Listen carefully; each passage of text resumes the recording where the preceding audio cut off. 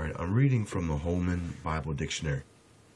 You guys can pause it and do further research, what have you.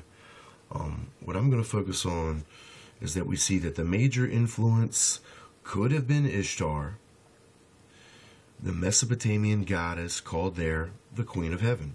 Go figure. Imported to Israel by Manasseh. Well, no surprise there. Manasseh is Ephraim's brother, and Ephraim and Manasseh are Egyptian-born descendants.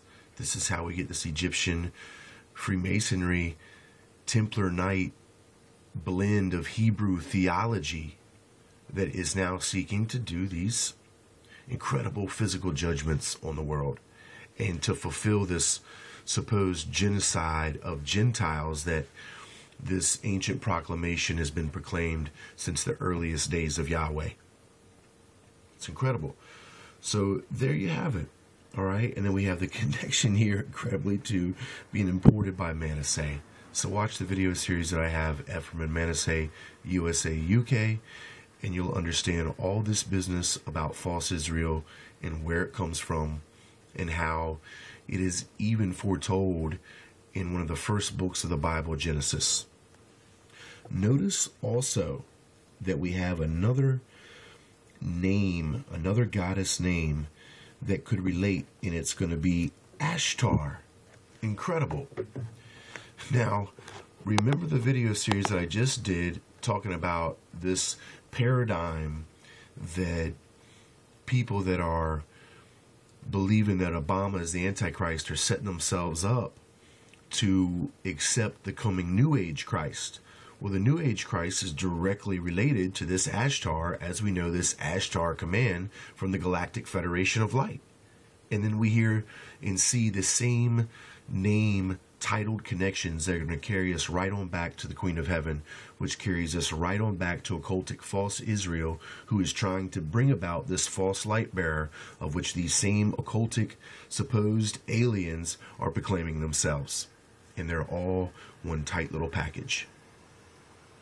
Right here, mixed within the Bible's own ancient angel record, ancient cherub record.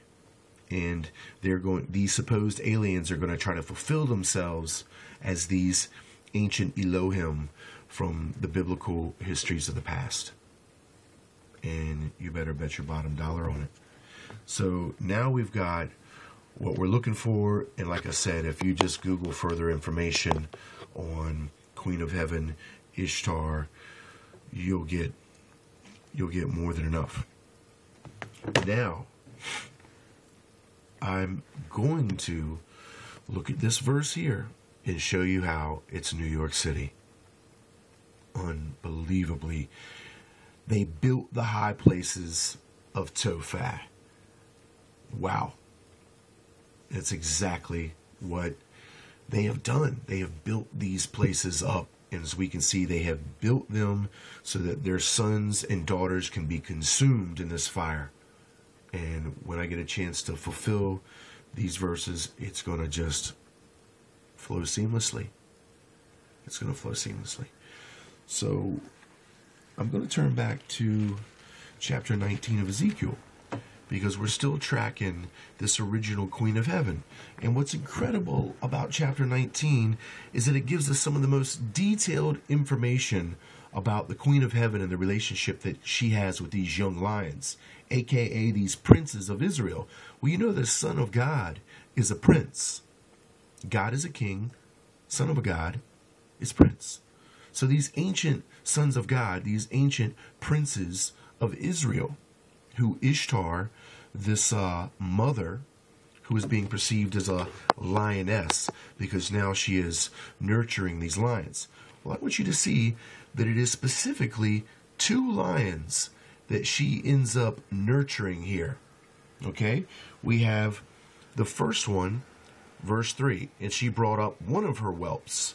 And then as we move down, we'll find out that she brings up just one more in this narrative. I'll be back to explain.